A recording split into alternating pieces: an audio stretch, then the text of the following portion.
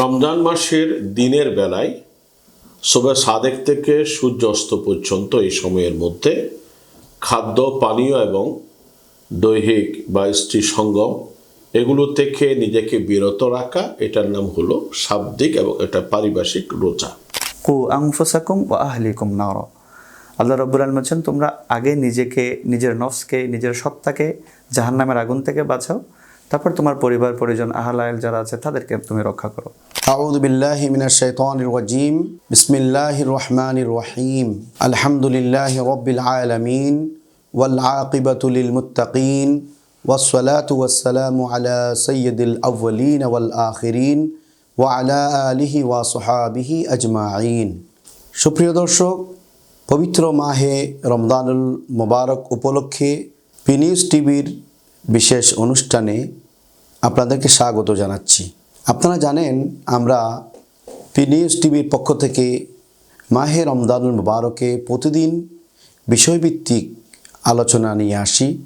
আজকেও সে ধারাবাহিকতায় আমাদের স্টুডিওতে দুইজন বিজ্ঞ আলোচক উপস্থিত হয়েছেন। চলুন আমরা তাদের সাথে পরিচয় করে দিচ্ছি। আমার ডান পাশে যিনি রয়েছেন প্রখ্যাত ইসলামিক স্কলার, সাউদার্ন ইউনিভার্সিটির সম্মানিত সহকারী অধ্যাপক, বিশিষ্ট লেখক গবেষক আল্লামা সৈয়দ জালালউদ্দিন আল আজহারি। আসসালামু আলাইকুম ওয়া রাহমাতুল্লাহি ওয়া বারাকাতুহু। আমার বাম পাশে যিনি রয়েছেন পটিয়া, বরুলিয়া, সালামিয়া দরবার শরীফের শাহজাদা মাওলানা আশরাফ রেজা সাইফ। আসসালামু আলাইকুম ওয়া রাহমাতুল্লাহি ওয়া বারাকাতুহু। সুপ্রিয় দর্শক, আমরা আজকে যে বিষয়টি নির্ধারণ করেছি সে বিষয়টা হলো ইসলামী শরীয়তে রোজার বিধান ও প্রতিদান। আমরা 30 দিন ব্যাপী রাহমাত, মাগফিরাত, নাজাতের বার্তা নিয়ে আসা এ মাহে রমজানুল মুবারকে কীভাবে ইবাদত বন্দেগী করব, রমজানুল মুবারকের গুরুত্ব তাৎপর্য কী বিধান রব্বুল আলামিনের পক্ষ থেকে আমাদের উপর নাজিল হয়েছে, সেই বিধানের গুরুত্ব তাৎপর্য নিয়ে আমরা এই মুহূর্তে আমরা প্রশ্ন করতে যাচ্ছি আমাদের বিজ্ঞ আলোচক আল্লামা সৈয়দ জালালউদ্দিন আল আজহারি সাহেবের কাছে। জি মোহতরম, আমাদের আজকের যে বিষয়টি রয়েছে ইসলামী শরীয়তে রোজার বিধান। তো ইসলামী শরীয়তে রোজার বিধান আলোচনার পূর্বে আমরা প্রথমেই জানতে চাচ্ছি সিয়াম বা রোজা শব্দের আধুনিক, আবিধানিক ও পারিভাষিক শরঈ অর্থ কী? বিসমিল্লাহির রহমানির রহিম। আলহামদুলিল্লাহি রাব্বিল আলামিন ওয়াসসালাতু ওয়াসসালামু আলা সাইয়্যিদিল মুরসালিন ওয়া আলা আলিহি ওয়া সাহবিহি আজমাইন। সুপ্রিয় দর্শক শ্রোতা, আসসালামু আলাইকুম ওয়া রাহমাতুল্লাহি ওয়া বারাকাতুহু। আজকে এই পবিত্র মাহে রমজানুল মুবারক উপলক্ষে আয়োজিত এই অনুষ্ঠানে যারা দেখছেন প্রত্যেকের প্রতি আন্তরিকভাবে শুভেচ্ছা এবং অভিনন্দন জানাচ্ছি। আমরা জানি যে পবিত্র মাহে রমজানের অন্যতম একটি ফরজ ইবাদত, সেটা হলো রোজা, যাকে আরবিতে বলা হয় সওম, যার বহু বচন হলো সিয়াম। আমরা জানি সওম শব্দের অর্থ হলো, আরবিতে বলা হচ্ছে আসওম ওয়াল ইমসাক। সওম অর্থ বিরত থাকা, আর পরিভাষায় বলা হয় যে আল ইমসাক আনিল আকলি ওয়া শুরবি ফি আইয়ামি রমাদানা ফি মিনাল ফাজরি ইলা গুরুবিশ শামস। অর্থাৎ রমজান মাসের দিনের বেলায় সুবহ সাদেক থেকে সূর্য অস্ত পর্যন্ত এই সময়ের মধ্যে খাদ্য পানীয় এবং দৈহিক বা স্ত্রী সঙ্গম এগুলো থেকে নিজেকে বিরত রাখা, এটার নাম হলো শাব্দিক এবং এটা পারিভাষিক রোজা। যদিও রোজার শাব্দিক এবং পারিভাষিক অর্থে আমরা রোজাকে এভাবেই দেখি, কিন্তু আসলে প্রকৃতপক্ষে রোজা কি সেটা সালফে সালেহিন তারা রোজার পরিচয় দিয়েছেন। যে রোজা মানে শুধুমাত্র খাদ্য পানীয় পরিহার করার নাম রোজা নয়। তারা বলেছেন রোজা মানে হলো খাদ্য পানীয় এগুলো পরিহারের পাশাপাশি কোনো ব্যক্তি তার হাত পা অঙ্গ প্রত্যঙ্গ এগুলোকে সকল প্রকার আল্লাহ পাক রব্বুল আলামিনের নিষিদ্ধ যে সকল কাজগুলো আছে সেগুলো থেকে বিরত রাখা, এটার নাম হলো রোজা। মূলত ইমসাক। কারণ এই জন্যেই সালফে সালিহিন রোজাকে কয়েক ভাগে ভাগ করেছেন, রোজাদারকে কয়েক ভাগে ভাগ করেছেন। যে কিছু হলো রোজা হলো সৌমুল আওয়াম, সাধারণ মানুষের রোজা, যারা শুধুমাত্র রোজা রাখে এবং সেখানে খাদ্য এবং পানীয় পরিত্যাগ করে, কিন্তু আর অন্যান্য যতগুলো নিষিদ্ধ কাজ আছে সবগুলোই করে। এগুলো হলো সাধারণ মানুষের রোজা। হাদিসে পাকের মধ্যে আল্লাহ রাসূল ইরশাদ করেছেন, মাল্লাম ইয়াদা কাওলা যুরি ওয়াল আমালি বিহি ফালাইসা লিল্লাহি হাজা আন ইয়াদা তাআমাহু ওয়া শারাবাহু। সুবহানাল্লাহ। আল্লাহ রাসূল ইরশাদ করেছেন, কেউ যদি শুধুমাত্র খাদ্য পানীয় পরিত্যাগ করেছে কিন্তু মিথ্যা বলা, মিথ্যা অনুযায়ী কাজ করা, টোটাল নিষিদ্ধ কাজে থেকে বিরত থাকলো আত্মনিয়োগ না, করা থেকে নিজেকে বিরত রাখেনি, তাহলে সেই ব্যক্তি প্রকৃতপক্ষে রোজার যে উদ্দেশ্য সে রোজা রাখেনি, বরং সে উপবাস রয়েছে। এবং অন্য হাদিসের মধ্যে আছে, রুব্বা সাইমিন লাইসা মিন সাওমি ইল্লাল জু ওয়াল আতাশ। কিছু মানুষ আছে যারা রোজা রাখে, সে রোজা থেকে যে আল্লাহ তাআলা কোরআনের মধ্যে বলেছেন লাআল্লাকুম তাত্তাকুন, তোমরা তাকওয়া অর্জন করবে, খোদাবিরতা অর্জন করবে, সেই খোদাবিরতা অর্জিত হয় না। কিছু রোজাদারের রোজা থেকে শুধুমাত্র ক্ষুধা এবং পিপাসা ছাড়া অন্য কোনো কিছু অর্জিত হয় না। এই কারণে সলফে সালের রোজাদারকে ভাগ করেছেন, একটা হলো সাধারণ মানুষের রোজা, আর একটা হলো সালেহিনদের রোজা, যারা খাদ্য এবং পানীয় পরিহার করার সাথে সাথে তারা নিজেদের হাত পা সবগুলো যাবতীয় অঙ্গ প্রত্যঙ্গকে সকল প্রকার মুহাররামাত তথা নিষিদ্ধ কাজ থেকে নিজেকে বিরত রাখে। এটা হলো সালেহিনদের রোজা। এবং আরেক শ্রেণীর রোজা যারা আখাসুল খাওয়াস, ওখানে বলা আছে খাস ব্যক্তিদের রোজা, এটা হলো আখাসুল খাওয়াস, আল্লাহ তাআলার কাছে খুব বেশি প্রিয় এবং আল্লাহর বিশেষ বান্দাদের রোজা, যারা রোজা রাখার মধ্যেও শুধু খাদ্য পানীয় ত্যাগ করেন না, যারা শুধু নিজেদের অঙ্গ প্রত্যঙ্গকে নিয়ন্ত্রণে রাখেন না, বরং তাদের অন্তরকেও একমাত্র আল্লাহ ছাড়া সকল পৃথিবীর সবকিছু থেকে তারা বিরত রাখে। এটা হলো খাওয়াসুল খাওয়াস বা আল্লাহর বিশেষ প্রিয়জন রোজা। আর এ রোজার মূল উদ্দেশ্যই হলো তাকওয়া। এই কারণে যদিও শাব্দিক অর্থ বলা হচ্ছে খাদ্য পানীয় এবং স্ত্রী সঙ্গম থেকে বিরত থাকা, কিন্তু সেটাই কিন্তু রোজার মূল উদ্দেশ্য নয়। রোজার উদ্দেশ্য হলো মানুষ তাকওয়া অর্জন করবে এবং রোজা রাখার মাধ্যমে একটা মানুষ প্র্যাকটিস করবে যে কোনো প্রকার নিষিদ্ধ কাজে নিজেকে আত্মনিয়োগ করবে না। এটাই হলো প্রকৃতপক্ষে রোজা। ধন্যবাদ, আপনি অনেক সুন্দর এবং এত সাবলীল ভাষায় পবিত্র রোজা শব্দের ব্যাখ্যা করেছেন। আমরা আলহামদুলিল্লাহ আমাদের দর্শক শ্রোতা উপকৃত হয়েছেন। সুপ্রিয় দর্শক, আমরা আরেকটি প্রশ্নে যাচ্ছি।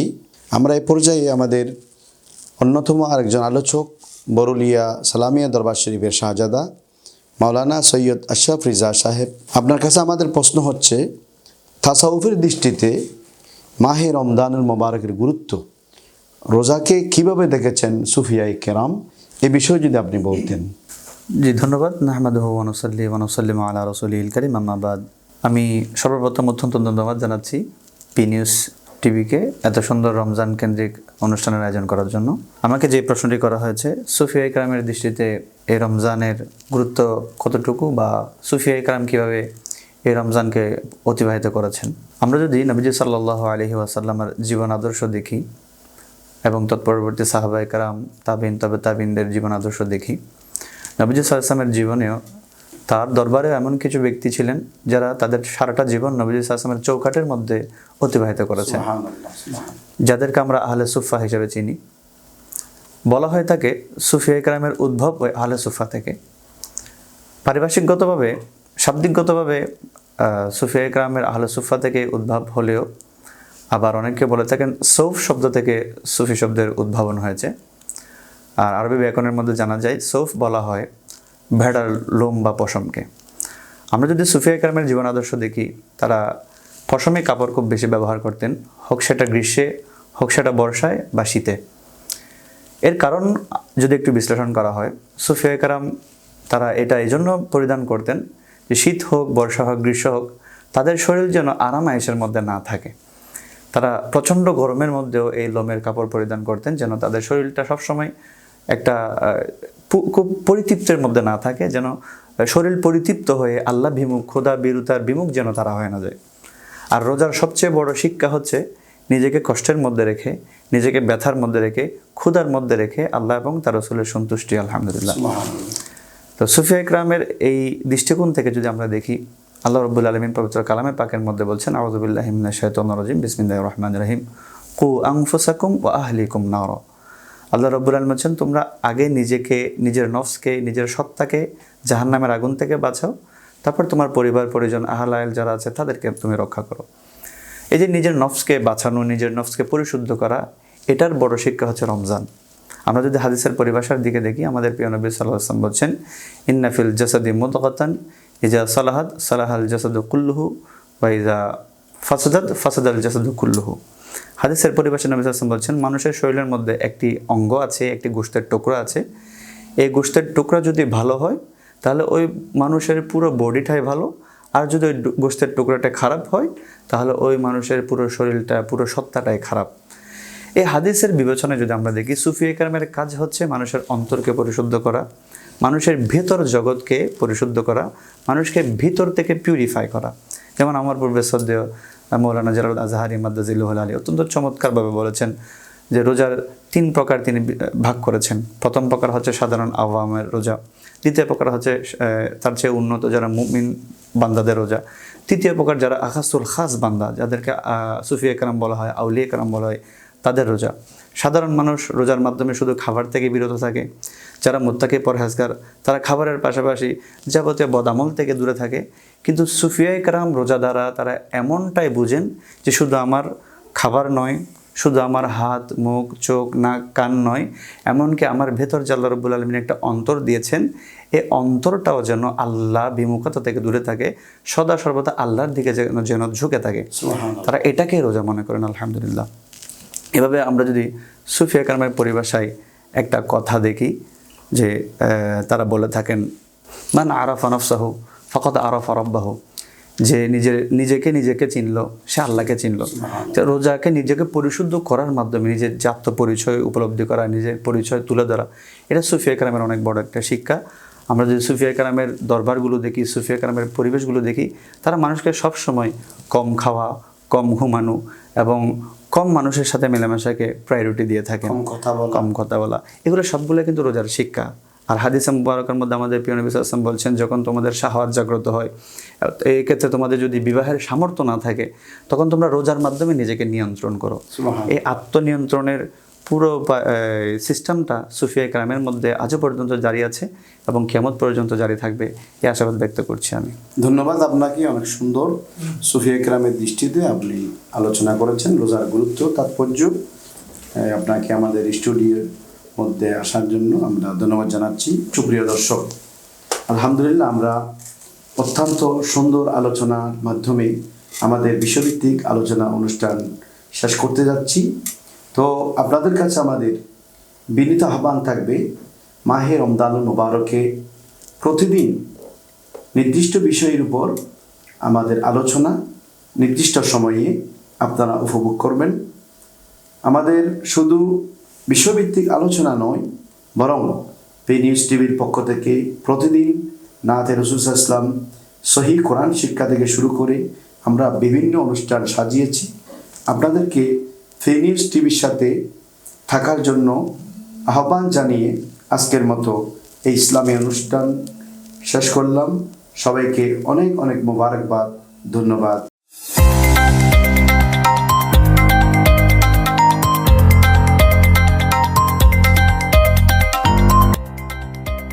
সত্যের সন্ধানে নির্ভীক, পি নিউজ টিভি।